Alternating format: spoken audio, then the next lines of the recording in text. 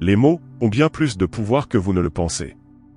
Parfois, il suffit de changer une seule question, un seul mot, pour changer toute une réponse. Toute une réalité. Toute une décision. Je vais vous montrer. Imaginez. Je vous demande, puis-je avoir votre numéro de téléphone? Votre cerveau analyse. Il hésite. Il pèse le pour et le contre. Il peut répondre oui ou non. Maintenant, je vous pose une autre question. Quel est votre numéro de téléphone? Et là, votre esprit réagit automatiquement. Il se prépare à répondre. Pourquoi? Parce que cette question ne laisse pas de place au refus. Elle présuppose une réponse. C'est ça, le pouvoir caché des mots. Ce que vous dites parle à l'inconscient. Et l'inconscient ne réfléchit pas. Il réagit. Imaginez que vous tenez un café. Un client entre. Vous lui demandez. Voulez-vous un muffin ou deux? Il choisira peut-être un, peut-être aucun. Mais dites-lui plutôt. 2 muffins, cela vous suffira-t-il? Boum. Vous venez de vendre 2 muffins au lieu d'un. Parce que votre question suggère que c'est déjà le bon choix. C'est ça, l'art de parler au subconscient. Aujourd'hui, je vais vous révéler 17 formules magiques, issues du livre à succès Exactly What to Say de Phil Monsieur Jones, pour influencer avec intégrité, vendre sans forcer, convaincre sans manipuler. Prêt à voir le monde avec d'autres mots? Clé 1. Seriez-vous ouvert à? Seriez-vous ouvert à essayer cette méthode? Qui dit non à ça? Personne. Tout le monde veut être perçu comme ouvert d'esprit. Posez la même question autrement, par exemple. Est-ce que vous essayeriez cette méthode? Résultat, 50-50e. Oui, non. Résistance. Mais dites. Dans quelle mesure seriez-vous ouvert à? Et vous tendez une main. Pas un ordre, une porte entr'ouverte. Loupe pointant vers la gauche 2. Juste par curiosité. On vous dit. Je vais y réfléchir. Vous voulez crier. Réfléchir à quoi, exactement? Mais au lieu de ça, souriez. Puis demandez. Juste par curiosité, sur quoi avez-vous besoin de réfléchir? Cette simple question court-circuite les excuses. Elle demande clarté. Et parfois, la personne réalise qu'elle s'évitait elle-même. Coup au but 3. Si je peux, accepteriez-vous? Quelqu'un vous dit. Je ne peux pas, je n'ai pas de transport. Répondez calmement. Si je peux venir te chercher, tu viens. Et vous verrez immédiatement si c'était une vraie excuse ou une échappatoire. En vente. Si je peux ajuster ce tarif, accepteriez-vous ce service? S'il dit non, ce n'était pas une question de prix. S'il dit oui, vous venez de lever le vrai obstacle. Réveil 4. Quand serait le bon moment? Quelqu'un repousse. Il dit qu'il n'a pas le temps. Demandez-lui simplement. Quand serait le bon moment pour en parler? Cela implique que le moment viendra. Ce n'est pas un refus, juste un report. Et vous reprenez la main. 5. Que va-t-il se passer ensuite? Après votre présentation, silence. Aucun engagement. Demandez. Et ensuite, que va-t-il se passer? Puis guidez. Donnez le prochain petit pas. Ensuite, je vous enverrai le contrat à cette adresse email, c'est bien celle-ci. La personne répond. Elle est déjà engagée, sans s'en rendre compte. Ornement symbole point d'interrogation noir 6. Que savez-vous? Face à une personne sûre d'elle mais mal informée. Ce nouveau restaurant? Il est nul. Vous répondez doucement. Que sais-tu de leur menu? Et là, le doute s'installe. Et vous ouvrez la discussion sans confrontation. Horloge 7. Je suppose que vous n'avez pas encore eu le temps de. Quelqu'un devait faire quelque chose. Il ne l'a pas fait. Plutôt que de l'accuser, dites. Je suppose que vous n'avez pas encore eu le temps de regarder ce dossier? Soit il sera fier de l'avoir fait, soit gêné de ne pas l'avoir fait. Dans les deux cas, vous obtenez un nouvel engagement. 8. Je ne sais pas si cela vous concerne, mais... Ce début de phrase est un bijou d'influence douce. Je ne sais pas si cela vous concerne, mais nous avons prévu quelque chose samedi. Vous êtes le bienvenu.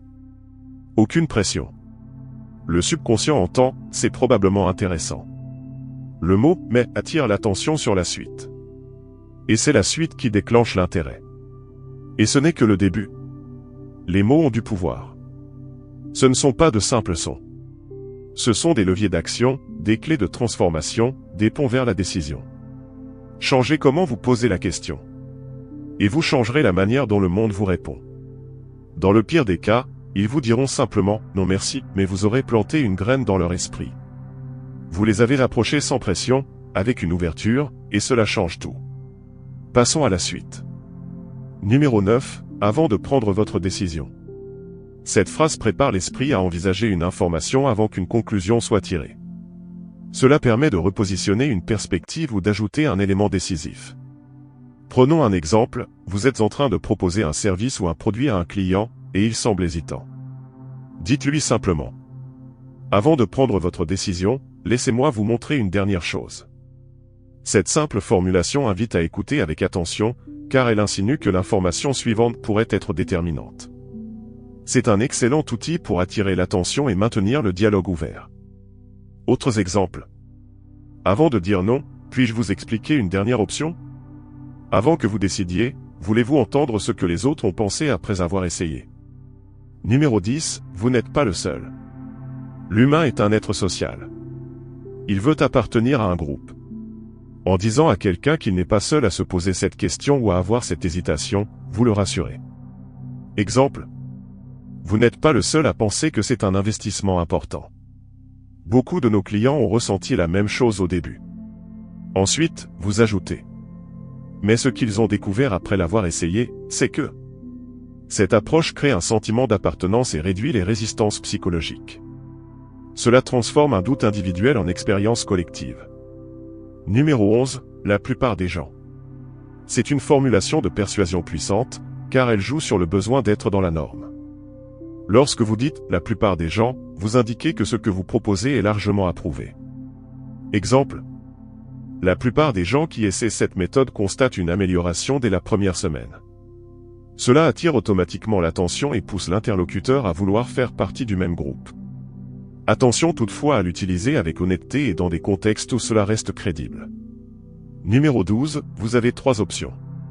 Face à une hésitation, simplifier la prise de décision est un avantage stratégique. Proposer 3 options donne à la personne un sentiment de contrôle, tout en la guidant vers votre préférence. Exemple. Vous avez 3 options, ne rien faire et rester comme aujourd'hui, essayez par vous-même en prenant le risque de perdre du temps, ou essayez cette solution que je vous propose avec mon accompagnement. Dans cette structure, vous placez subtilement votre offre comme l'option la plus raisonnable et rassurante, sans jamais la forcer. Numéro 13. Il se peut que ce ne soit pas pour vous, mais... Cette formulation intrigue. Elle supprime toute pression. Elle suscite la curiosité en même temps qu'elle respecte le choix de l'autre. Exemple. Il se peut que ce ne soit pas pour vous, mais plusieurs personnes dans votre domaine l'ont utilisé avec de bons résultats. Vous invitez à l'écoute, sans imposer. Et souvent, c'est précisément cette non-insistance qui amène une réelle considération. Numéro 14. Ne vous sentez pas obligé. Lorsque vous annoncez quelque chose de nouveau ou proposez une option, l'autre peut instinctivement se braquer, pensant qu'on essaie de lui vendre à tout prix. Dites alors. Ne vous sentez pas obligé de dire oui, je veux juste que vous ayez toutes les informations pour décider. Ce langage réduit la tension émotionnelle et montre que vous êtes là pour aider, pas pour manipuler. Et paradoxalement, cela augmente vos chances d'adhésion. Numéro 15. Et si vous aviez raison? Cette question est puissante lorsque quelqu'un doute de lui-même. Elle permet de remettre le pouvoir dans ses mains, tout en l'ouvrant à l'action. Exemple.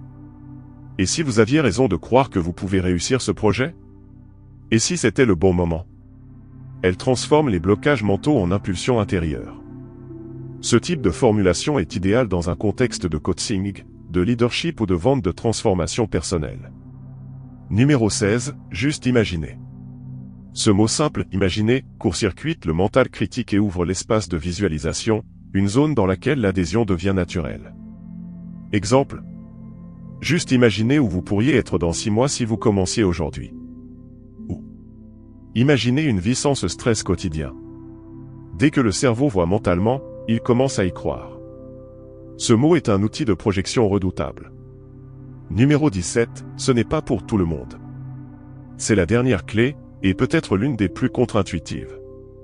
En disant que ce que vous proposez n'est pas pour tout le monde, vous créez un effet d'exclusivité. Exemple. Ce que je propose n'est pas pour tout le monde. Ce n'est que pour ceux qui sont vraiment prêts à s'engager. Cette phrase élimine les personnes non sérieuses, et attire puissamment celles qui veulent se prouver qu'elles en font partie. Chaque phrase, chaque mot, chaque intonation peut transformer une interaction banale en moment de persuasion subtile.